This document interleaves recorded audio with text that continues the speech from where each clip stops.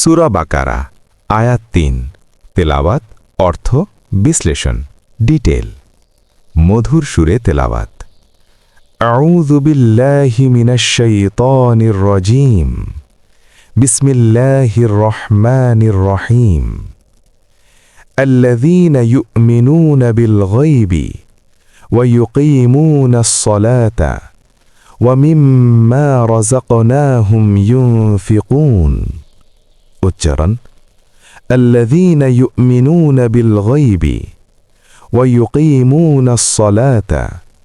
ومما رزقناهم ينفقون বাংলা অর্থ তারা সেই লোক যারা অদৃশ্য বিষয়ে ঈমান আনে নামাজ কায়েম করে এবং আমি তাদেরকে যা রিজিক দিয়েছি তা থেকে ব্যয় করে ব্রেকআপ ও বিশ্লেষণ ১ আল্লাযীনা ইউমিনুনা বিল গায়বি অদৃশ্য বিষয়ে ঈমান গায়েব মানে এমন বিষয় যা চোখে দেখা যায় না যেমন আল্লাহ ফেরেশতা জান্নাত জাহান্নাম কিয়ামত মুত্তাকীদের প্রথম গুণ হল তারা শুধু দেখা জিনিসে বিশ্বাস করে না বরং আল্লাহ বলা অদৃশ্য সত্যকেও পূর্ণ বিশ্বাস করে শিক্ষা বিশ্বাস মানে শুধু প্রমাণ দেখা নয়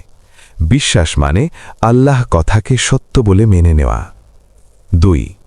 ওয়া ইউকিমুনাস সালাতা নামাজ প্রতিষ্ঠা করা এখানে শুধু নামাজ পড়া বলা হয়নি বলা হয়েছে নামাজ কায়েম করা অর্থাৎ নিয়মিত সময়মতো মনোযোগ সহ নামাজ আদায় করা নামাজ হল মুমিনের জীবনের ভিত্তি শিক্ষা নামাজ মানুষকে গুনাহ থেকে দূরে রাখে এবং আল্লাহর সঙ্গে সম্পর্ক দৃঢ় করে ৩ ওয়ামিম্মা রাযাকনাহুম ইউনফিকুন আল্লাহর দেওয়া রিজিক থেকে ব্যয় করা আল্লাহ যা কিছু দিয়েছেন তা শুধু নিজের জন্য নয় অন্যের কল্যাণেও ব্যয় করতে হবে এটি হতে পারে দান সাদকা সাহায্য গরিবের পাশে দাঁড়ানো শিক্ষা একজন মুত্তাকী কখনো স্বার্থপর হয় না সে আল্লাহর সন্তুষ্টির জন্য মানুষের উপকার করে দীর্ঘ বিশ্লেষণ কোলাকুলি সূরা বাকারা আয়াত ৩ আমাদের শেখায় মুত্তাকির জীবন কেমন হওয়া উচিত মুত্তাকির ৩টি প্রধান বৈশিষ্ট্য ১ তারা অদৃশ্য বিষয়ে ঈমান আনে ২ তারা নামাজকে জীবনের ভিত্তি বানায় ৩ তারা আল্লাহর দেওয়া সম্পদ থেকে মানুষের কল্যাণে ব্যয় করে এটাই হল সত্যিকারের হিদায়াতের পথ ভয়েস ওভার লাইন মুত্তাকির পরিচয় কি